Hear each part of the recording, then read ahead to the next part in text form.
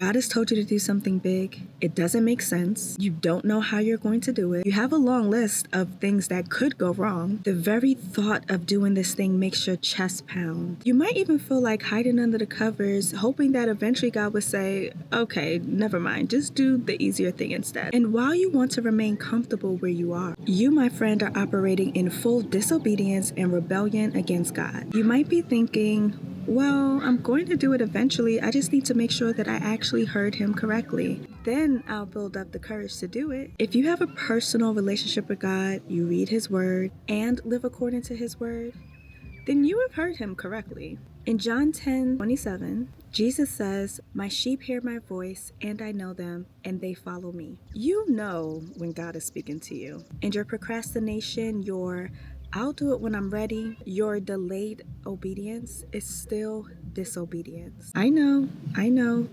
tough truth.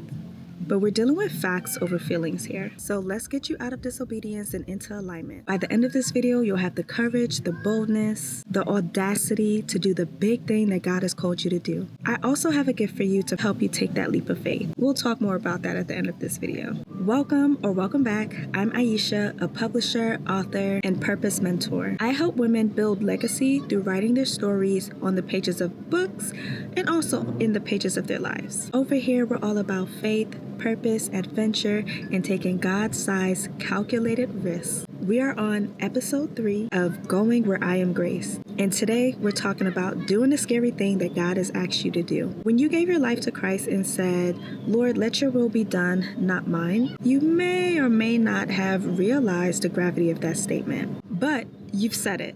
And now you're in a position where he has called you to do something that is in his will, but you're dragging your feet because of fear. Now, I don't know what he's asked you to do. I don't know what's holding you back. Maybe it's the fear of being seen, fear of being judged by others, fear of failing, fear of not having enough, fear of not being enough, or the fear of success and the responsibilities that come with it. Whatever he's asked you to do and whatever is holding you back, I want you to keep them in mind as you watch this video and apply the strategies that will take you from stagnant, aka disobedient, into alignment with God's will for your life. We're getting our strategy from a shepherd boy named David. Go with me to 1 Samuel chapter 17. Now the Philistines gathered their armies together to battle and were gathered at Socoh, which belongs to Judah. They encamped between Socoh and Azekah in Ephes Dammim. And Saul and the men of Israel were gathered together, and they were encamped in the valley of Elah, and drew up in battle array against the Philistines. The Philistines stood on a mountain on one side,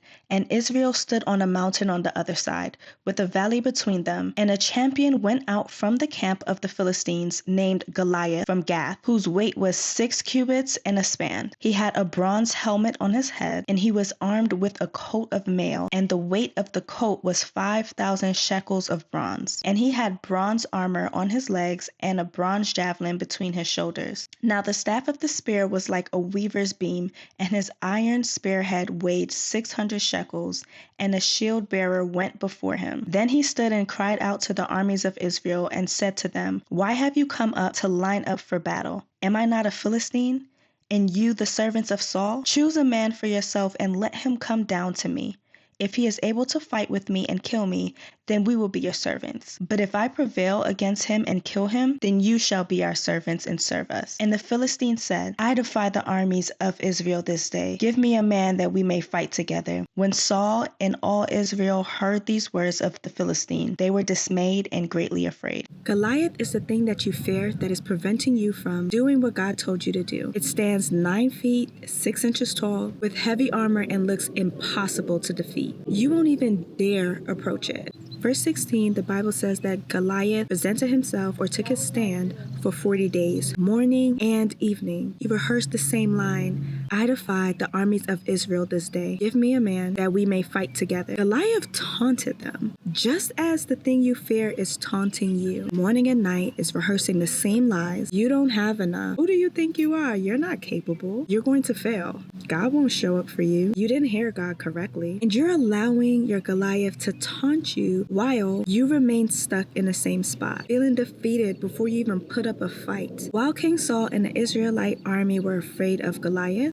David was the one who defeated the giant. So let's talk about how David did this and the strategies that you can use to defeat fear and accomplish exactly what God told you to do. The first strategy that we can learn from David is to remember who God is. David knew that nothing and no one was a match for God. David was a shepherd and the youngest of his father's sons. His 3 oldest brothers fought in the Israelite army. One day, David's father asked him to take some grains and loaves to his brothers and see how they were doing. And when David went, he heard Goliath say the same thing that he's been saying for 40 days. I defy the armies of Israel this day. Give me a man that we may fight together. When David heard Goliath, he asked the men who stood next to him, what shall be done for the man who kills this Philistine and takes away the reproach from Israel? For who is this uncircumcised Philistine who dares to defy the armies of the living God? For context, circumcision was a sign of covenant between God and Abraham's lineage, the Israelites. The everlasting covenant that God made with Abraham in Genesis 17 was that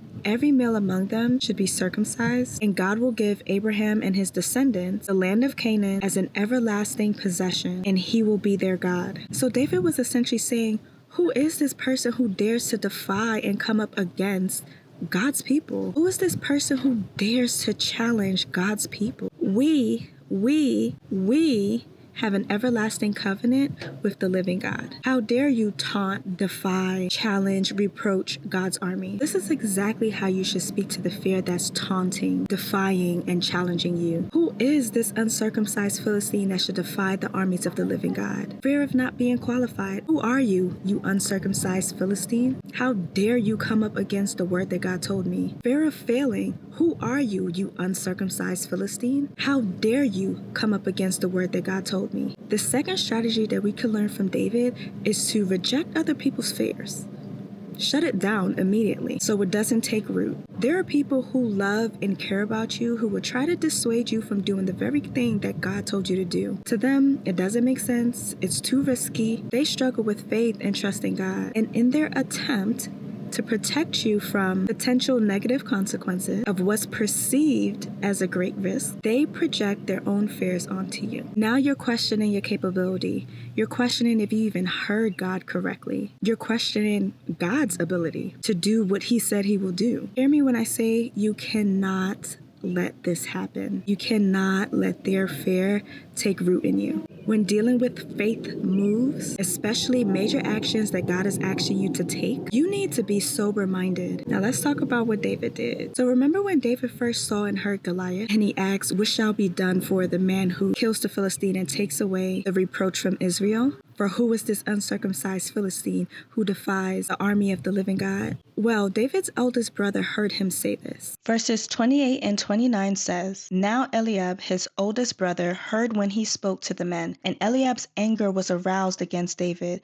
and he said, Why did you come down here? I know your pride and the insolence of your heart, for you have come down to see the battle. And David said, What have I done now? Is there not a cause? David's audacity and confidence angered his brother. But David was like, listen, I don't even care what you're talking about. I don't care what you think you know about me. I don't care what you predict the outcome will be. Goliath is not a match for my God. Just tell me what my reward would be when I slay this uncircumcised Philistine. In other words, confirm for me what's on the other side of this thing, on the other side of this fear that is standing in between me and the thing God has promised me. Because surely there's a reward for my obedience. It's already established. Ignore people's opinions, especially when they contradict God's word to you. Because if God said it, your victory is certain, period. The third strategy that we can learn from David is to be confident in your identity. Know who you are and stand firm in that. David saw how his experience as a shepherd boy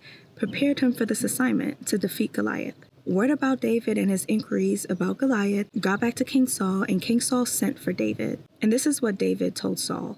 Verses 32 to 37. Then David said to Saul, Let no man's heart fail because of him. Your servant will go and fight with this Philistine. And Saul said to David, You are not able to go against this Philistine to fight with him, for you are a youth, and he a man of war from his youth. But David said to Saul, Your servant used to keep his father's sheep, and when a lion or a bear came and took a lamb out of the flock, I went out after it and struck it, and delivered the lamb from its mouth. And when it rose against me, I caught it by its beard, and struck and killed it. Your servant has killed both lion and bear, and this uncircumcised Philistine will be like one of them, seeing he has defied the armies of the living God. Moreover, David said, the Lord who delivered me from the paw of the lion and from the paw of the bear, he will deliver me from the hand of this Philistine. And Saul said to David, go, and the Lord will be with you. People discounted David as a meek shepherd boy, but David understood his identity. He understood his experience and his calling. In the context of David being a shepherd, the enemies were lions and bears. In this context, the Israelites are God's sheep, and the enemy was Goliath. David's skill and will, coupled with God's power and favor, guaranteed David's success in protecting God's sheep from their enemies. Whatever God called you to do may seem misaligned with your skill set and experience on the surface level, but if you look closer, you have everything you need to accomplish it. Your past experience is not in vain. You have knowledge and experiential wisdom to accomplish whatever it is He's asked of you, so long as you partner with God to accomplish it. I also want to give you a bonus strategy found in verse 37. David kept an account of God's track record as assurance of his success. He said, the Lord who saved me from the paw of the bear will save me from the hand of this Philistine. May you have the boldness of David to speak up against every lie, tormenting thought, and fear, and go forth in doing what God has called you to do. Because I am extremely passionate about you living a life of faith and doing all that God has called you to do, I have created a free 3-day guide to help you take the leap of faith. Within the 3 days, you'll have clear vision of what God has told you to do. You will defeat fear, and you'll take the first step towards your calling. Listen, do not delay. Go and grab it now. The link is in the description. I am rooting for you. I'll see you next time.